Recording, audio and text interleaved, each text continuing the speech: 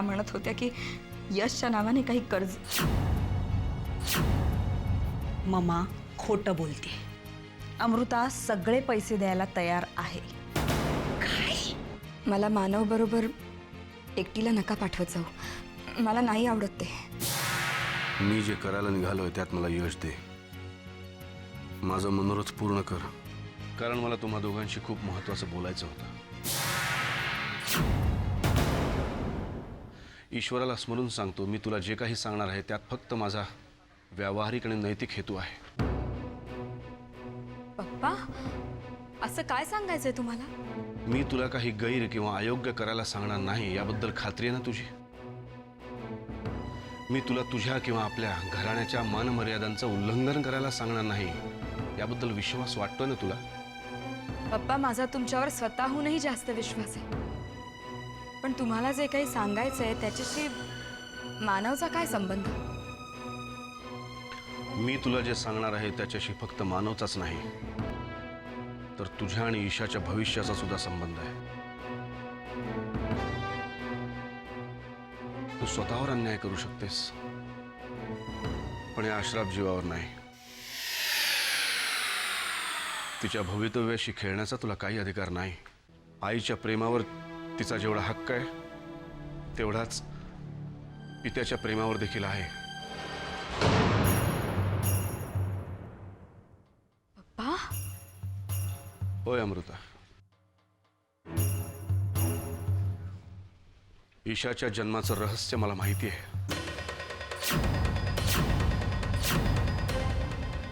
तुम्ही दोघंच तिचे जन्मदाते आहात हे सत्य देखील मी जाणतो.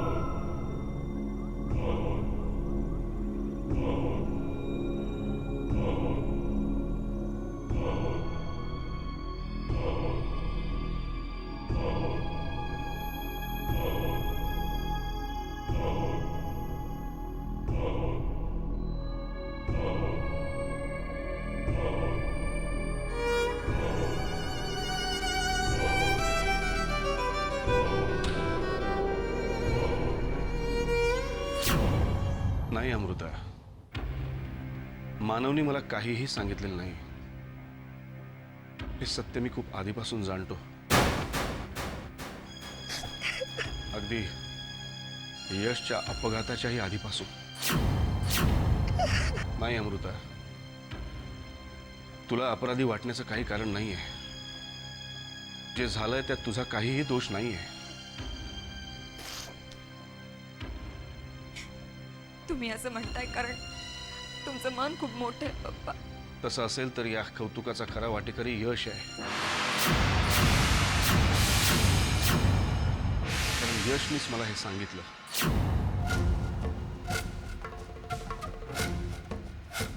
नाही, यशलाही मानवनी सांगितलं नाही. केवळ योगायोगाने हे सत्य त्याच्यापर्यंत पोचलं.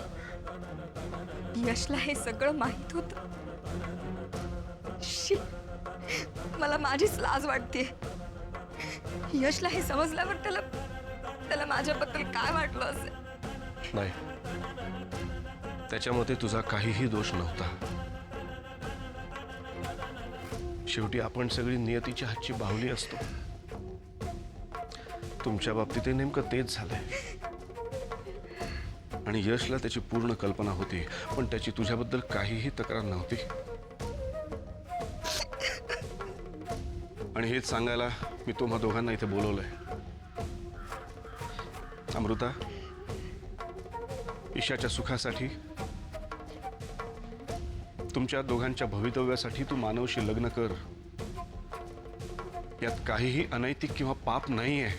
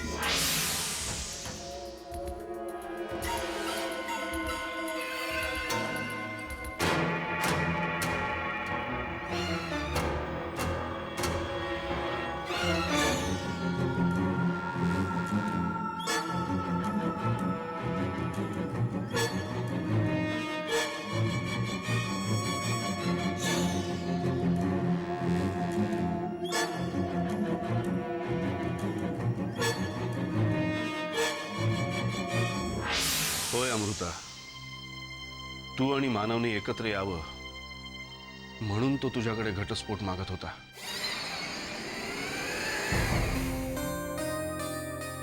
मानव तुझं पहिलं प्रेम होतं, तुझ्या मुलीचा पिता. आणि म्हणून तुम्ही तिघांनी परत एकत्र यावं असं यशला मनापासून वाटत होतं. आणि त्यासाठी काय नाही केलं त्यांनी. तुझ्याशी वाईट वागला, तुला घराबाहेर काढलं, तुझ्यावर नको नको ते आरोप केले. तू यशचा राग करावास, तुला तो नकोसा वाटावा म्हणून तो हे सगळं करत होता. तुझ्याशी असं वागताना त्यालाही खूप त्रास होत होता. पण केवळ तुम्ही तिघांनी काहीही झालं तरी एकत्र यावं, तुमचा संसार सुखाचा व्हावा असं त्याला मनापासून वाटत होतं.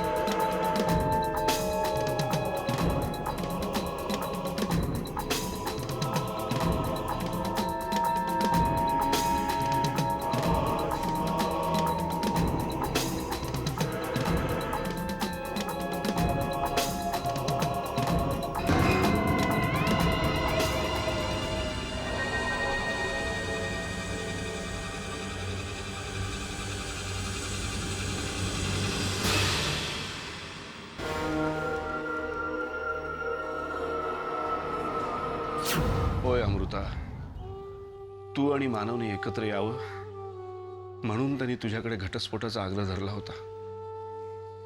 पण तू त्याला काहीही झालं तरी घटस्फोट देणार नाहीस हे त्याला माहित होतं. आणि म्हणूनच त्यांनी तुम्हा दोघांपासून खूप लांब जायचं ठरवलं.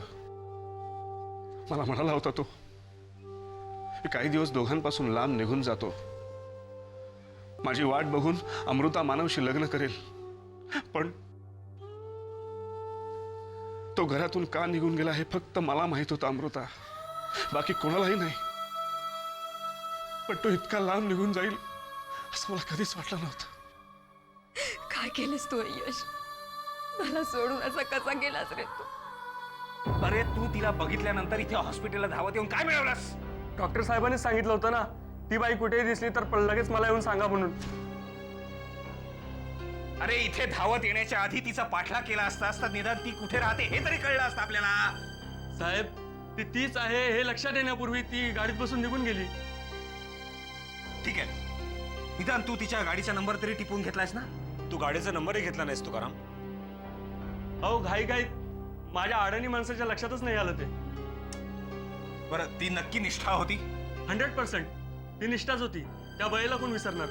बरं मला एक सांग, ती एकटीच होती का तिच्याबरोबर आणखी कोणी होतं गाडीत?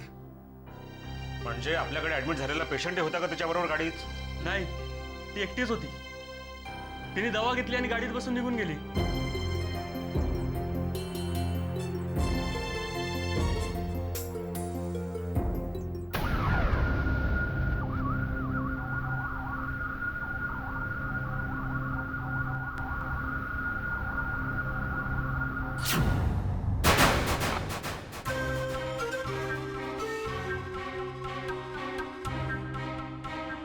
सौरभ!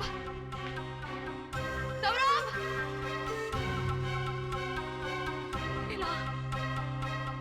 गेले तेव्हा तर इथेच होता. सौरभ! सौरभ!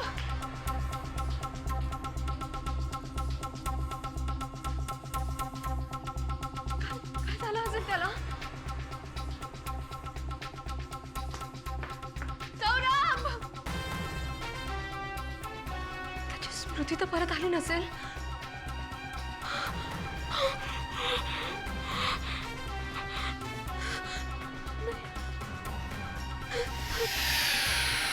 अमृता जाणारा तर निघून गेलाय, पण त्याची अखेरची इच्छा पूर्ण करण्याची जबाबदारी आता माझ्या खांद्यांवर आहे. आणि त्या इच्छेचा आदर करण्याचं कर्तव्य तुझं आहे.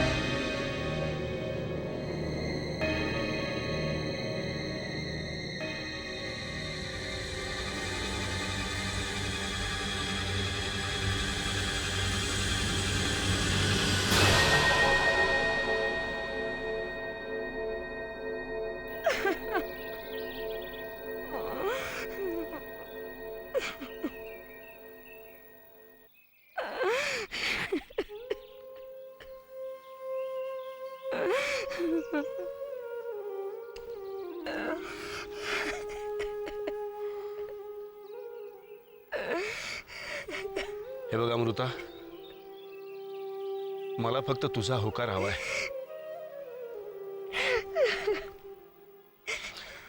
फक्त तू लग्नाला तयार हो. मग कोणाचाही कितीही विरोध असला तरी ते सगळं मी सांभाळेन. तुम्हा दोघांचं लग्न पार पाडणं ही माझी जबाबदारी असेल. हे बघ अमृता, मी म्हणतोय म्हणून नाही, ईशासाठी नाही, पण यशची शेवटची इच्छा म्हणून तरी हो म्हण ग. नाही, शक्य नाही ते. मी यशला नाही विसरू शकत पप्पा. हे बघ अमृता, काळ हा ह्या सगळ्यावरचा उपाय असतो. काळच मोठ्या मोठ्या जखमा भरून काढतो. तू सुद्धा हळूहळू तुझ्या संसारात रमून जाशील. नाही पप्पा, हे पाप आहे. पाप आहे. मला नका धर्मसंकटात टाकू पप्पा. काहीही पाप नाही आहे. उलट जाणाऱ्या माणसाची शेवटची इच्छा पूर्ण करणं हे पुण्यकर्मच आहे.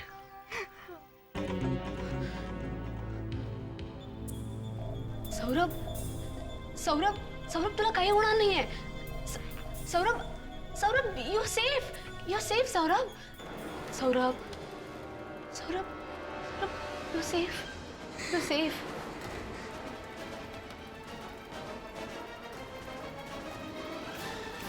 You safe Saurabh. काही होणार नाहीये तुला. काही नाही, काही नाही होणार.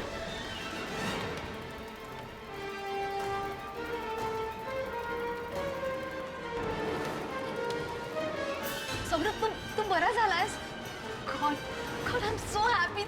तू बरा झालायस सौरभ.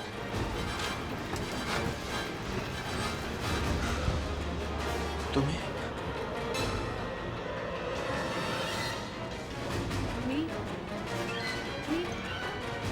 मी निष्ठा. तू तू माझ्या घरी आहेस सौरभ.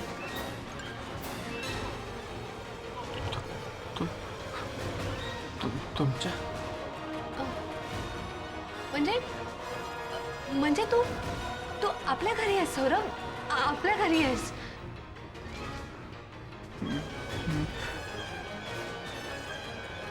मी कोण आहे? तू तू सौरभ. सौरभ राज्याध्यक्ष.